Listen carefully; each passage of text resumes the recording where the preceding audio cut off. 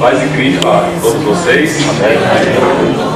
Para aqueles que não me conhecem, me chamo Ranieri Vieira, sigo integralmente a igreja lá em João Pessoa desde 2003. E há 2 anos e meio, a minha família e a família de um outro Ranieri Menezes, que é de Caruaru, nós fomos para um bairro de João Pessoa chamado Mangabeira.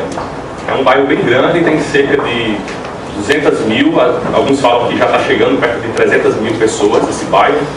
É um bairro periférico, bem pobre.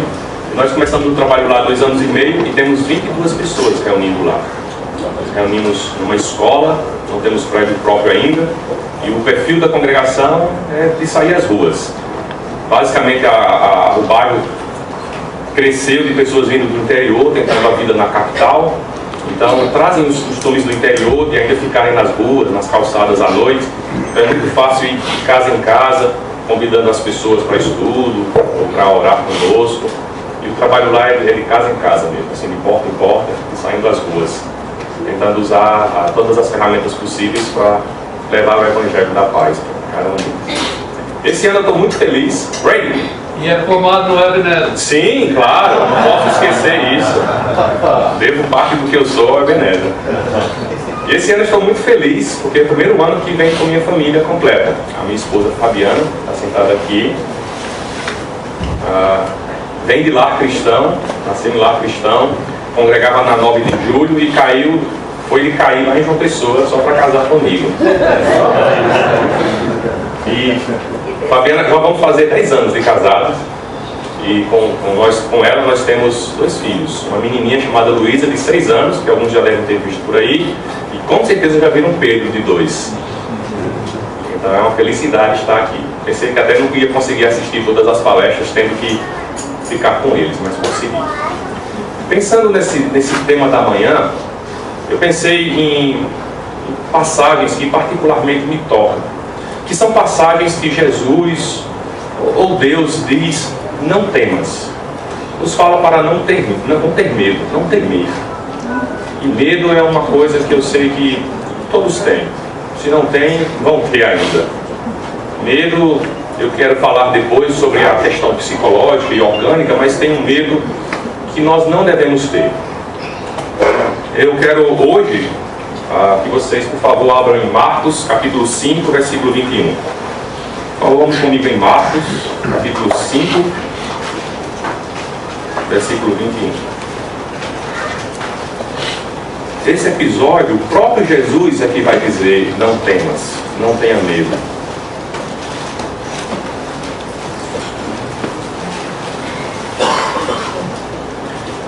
Jesus tinha acabado de sair da terra dos Gerazenos, curou aquele homem, expulsando o demônio dele. O homem queria seguir com Jesus. Ele disse: não, volte para a sua cidade, fique na sua terra, pregue as pessoas que você conhece. Você vai ser uma pregação viva, vai ser impactante, porque todos conheciam o seu estado anterior. E quando você voltar de novo às cidades, né, imagina como seria o impacto daquele homem que havia tempo acorrentado aquela escravidão, agora liberto por causa de Jesus. Aí ele entra no barco, atravessa, e do outro lado tem uma multidão esperando por ele. No meio dessa multidão que esperava por ele, havia um homem que esperava ansioso por Jesus. O nome dele era Jairo. Marcos capítulo 5, versículo 21 diz: tendo Jesus voltado no barco para o outro lado, afluiu para ele grande multidão, e ele estava junto do mar. Eis que se chegou a ele um dos principais sacerdotes, ou dos principais da sinagoga, chamado Jairo, e vendo-o, prostrou-se aos seus pés, e insistentemente lhe suplicou: minha filhinha está morta. Vem, impõe as mãos sobre ela, para que seja salva e viverá. Jesus foi com ele. Quem tem filho sabe, né, como dói quando o seu filho adoece. E esse homem não ficou mais com medo de ser visto ao lado de Jesus. E quantas vezes na Bíblia nós vamos ver os principais sacerdotes ou mestres das sinagogas criticando Jesus e perseguindo aqueles que seguiam Jesus. Alguns das sinagogas ou dos mestres até tinham medo de publicar sua fé em Jesus e falar abertamente, publicamente a sua fé sobre Jesus. Mas esse homem, quando viu a sua filha à beira da morte, não contou como algo importante como seria a sua vista para as pessoas, como seria considerado pelos outros. Ele estava realmente doído e profundamente em tristeza, não levou em conta nem a sua segurança. E foi até uma decisão de fé deixar sua filha à beira da morte e ir atrás de Jesus. Quando a minha filha está doente, nós não saímos de perto dela. Eu gosto de ficar perto dela o tempo todo. E esse homem teve que abandonar a sua filha à beira da morte, depositando a sua fé e esperança em Jesus, e correu até ele. E Jesus foi. Só que no meio do caminho a multidão prensava, asfixiava. Uma mulher toca nas vestes de Jesus e é curada daquele sangramento. Jesus para a multidão, faz aquela instrução, cura emocionalmente a mulher também. E no meio daquilo tudo, naquele ruge-ruge, como a gente fala em João Pessoa, chegam as pessoas para falar com Jairo. Versículo 35. Falava ele ainda, quando chegaram alguns da casa do chefe da sinagoga, a quem disseram: tua filha já morreu.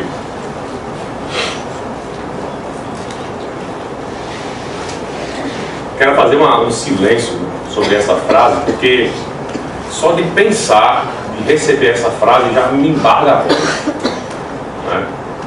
Os psicólogos dizem que a maior dor do ser humano é perder um filho, é a dor da perda de um filho. Machuca muito. A dor a dor emocional mais traumática é o pai enterrar o filho, quebrar a sequência lógica das coisas. E esse homem, naquilo tudo, já tinha depositado a esperança dele, a fé dele em Jesus, deixou a sua filha lá e recebe a notícia: sua filha morreu. Se fosse eu, ficava pensando e me culpando. Eu devia estar lá. Eu queria estar lá para escutar as suas últimas palavras. Eu queria estar ao lado dela para escutar o seu último suspiro. Eu não estava lá. Vim aqui depositar a minha fé, e será que foi tudo em vão? Abandonei o último momento de vida da minha filha para estar aqui, e será que foi tudo em vão? Não estava na hora que a minha filha morreu.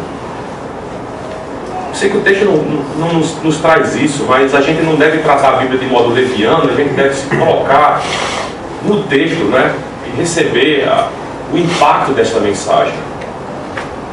Porque não foi uma frase qualquer que esse homem recebeu. Foi um impacto profundo e doído na vida de Jairo. Falava ele ainda quando chegaram alguns da casa do chefe da sinagoga, a quem disseram: tua filha já morreu. E aí o ponto e vírgula, e depois diz: por que ainda incomodas o mestre? Ele mal digeriu a mensagem de que a filha tinha morrido, já recebe quase como uma repreensão. Por que está incomodando? Não adianta mais. Não adianta mais. Colocando mais pressão ainda sobre aquela situação, e mais pressão ainda para que ele duvidasse do poder de Jesus, ou colocasse em dúvida de ter tido importância de ir lá ou não. Você perdeu seu tempo. Você perdeu seu tempo vindo aqui. Mas Jesus, sem acudir tais palavras, ignorando essas palavras, nem se dando conta das palavras daqueles homens, mas Jesus, sem acudir a tais palavras, disse ao chefe da sinagoga: não temas, crê somente. Não tenha medo de depositar a sua fé em Jesus. Não tenha medo de depositar a fé sobre mim. Talvez, parafraseando, Jesus estava dizendo: não tenha medo dessas coisas. Não tenha medo de investir em mim, de apostar tudo em mim. Vale a pena, em detrimento de tudo que você tem visto, de tudo que você tem escutado, dessas pessoas, vale a pena. Não tenha medo de crer em Jesus Cristo, mesmo em meio à adversidade, quando tudo vai contra, quando não é lógico, quando não é racional, quando não faz sentido, quando você não vê a luz do fim do túnel, quando você está em meio às trevas, à escuridão. Não tenha medo. Agora todo mundo conheceu. Quebrou agora a mensagem. Tava domingo pregando, o outro domingo pregando em Mangabeira, e eu estava pregando em 1 Pedro. Eu disse, por favor, abra em 1 Pedro. Aí ele vem correndo. E foi, papai? Eu estou aqui. Não, Pedro, eu não me chamei, não.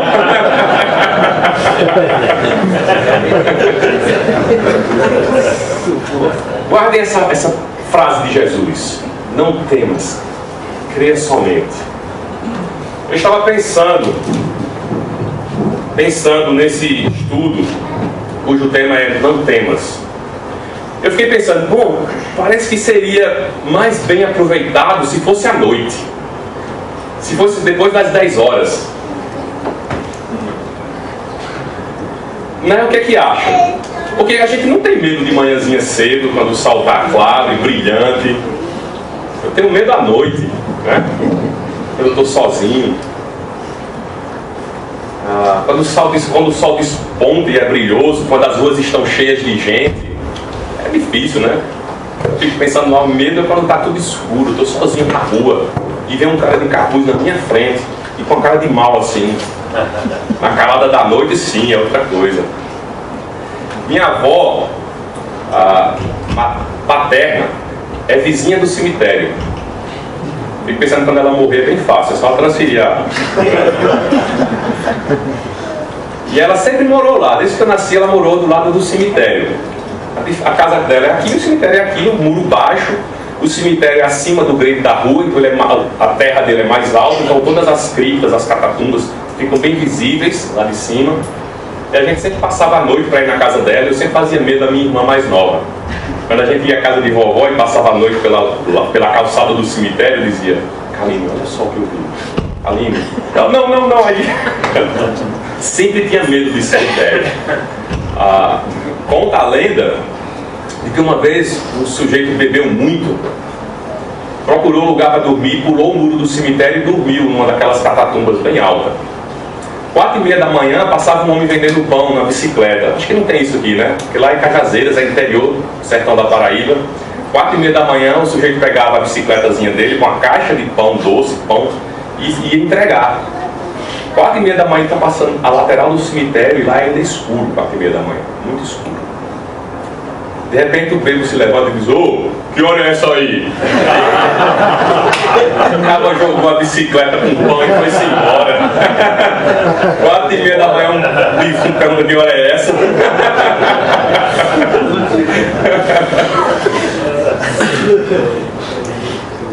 Antes de vir para cá, eu fiquei perguntando a várias pessoas sobre do que eles tinham medo. Perguntei a pessoas jovens, perguntei a pessoas mais velhas. Todos eles me disseram que temiam. Bem, na verdade é que temos muitas coisas nessa vida que tememos. Até eu mesmo, antes de vir para cá, fiquei me perguntando, o que é que eu vou fazer lá? O que é que eu vou falar lá? O que é que eu posso dizer?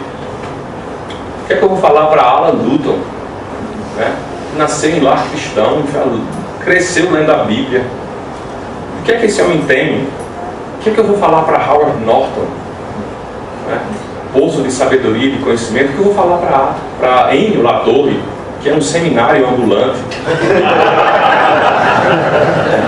De novo, o medo sendo instaurado no meu coração, sorrateiramente, me impediu de comunicar a palavra de Deus, que é, na verdade, não temos de crer, não temos de falar a palavra de Deus, não temos de depositar sua vida em Jesus Cristo.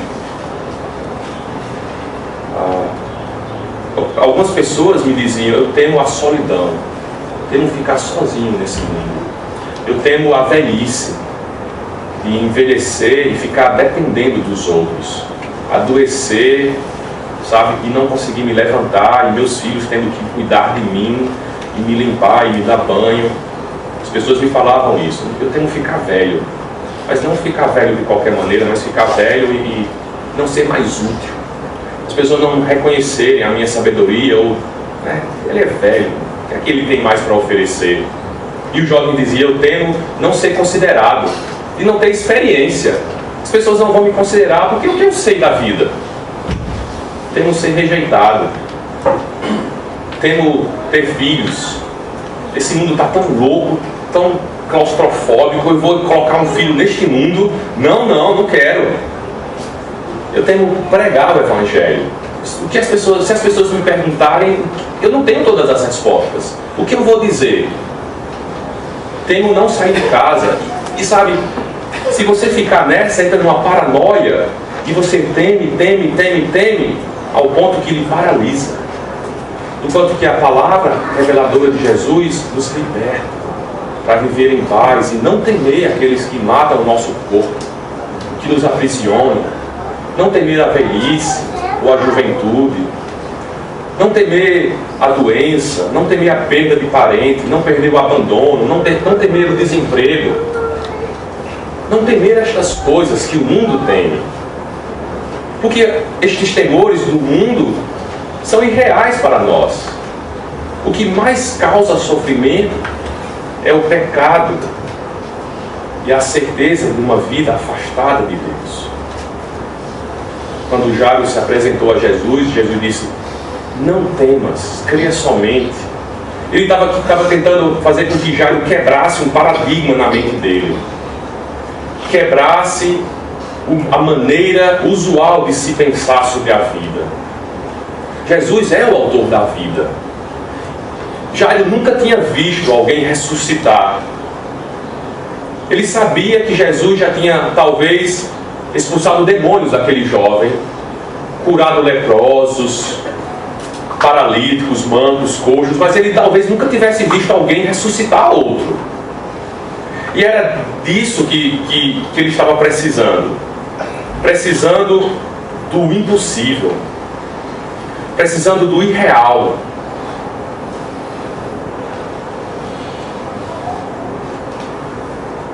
Jairo estava diante de Jesus pedindo o impossível e recebeu o impossível, porque o Senhor dos Senhores, o Mestre dos Mestres, o Autor da vida, é o Deus do impossível.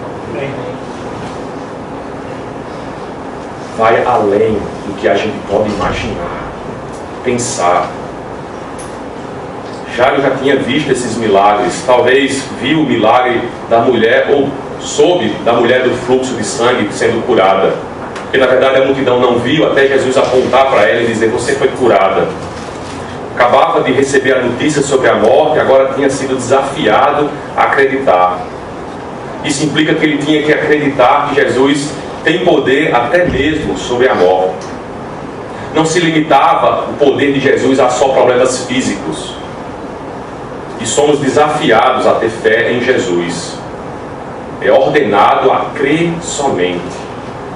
Nossa fé em Deus não deve ser limitada nem pela morte física. Não limite a sua fé em Deus.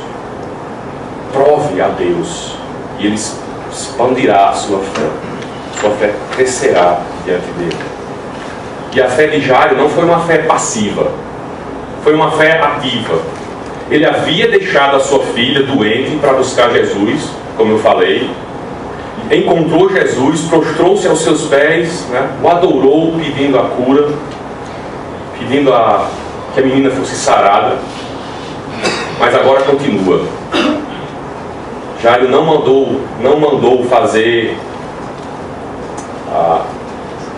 ou não pediu, né, para Jesus fazer algo que ele podia fazer. Justamente dependia de Jesus, porque todos os limites, todos os recursos de Jairo haviam acabado. E quando todos os seus recursos tiverem acabado, quando você não for suficiente, quando você não for,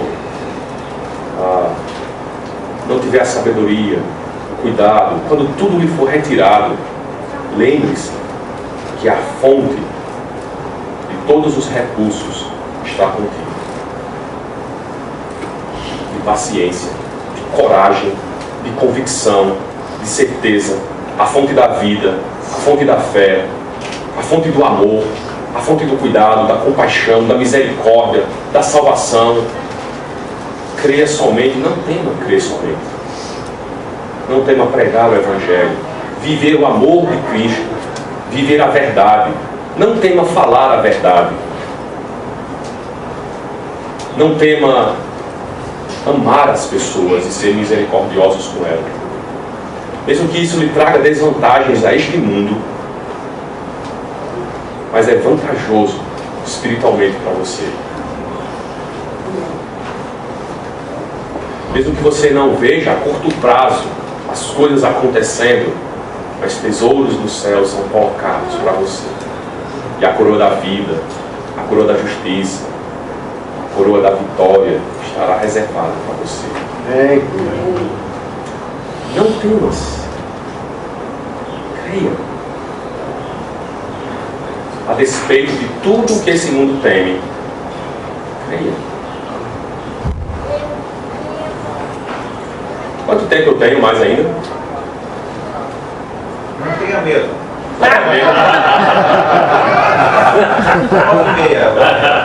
Então, até que horas? 9h30. Até 9h30. Eu tenho mais 20 minutos, 30 minutos, 15 minutos.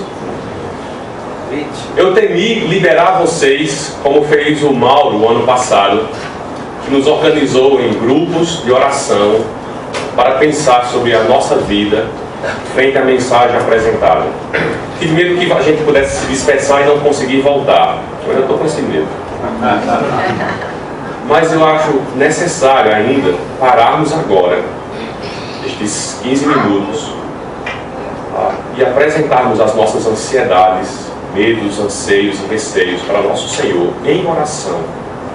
E pedir para que Ele tire do nosso coração esses medos que nos paralisam de andar como Jesus neste mundo, com intrepidez, coragem e fé. How deep the Father's love for us, how vast beyond all measure,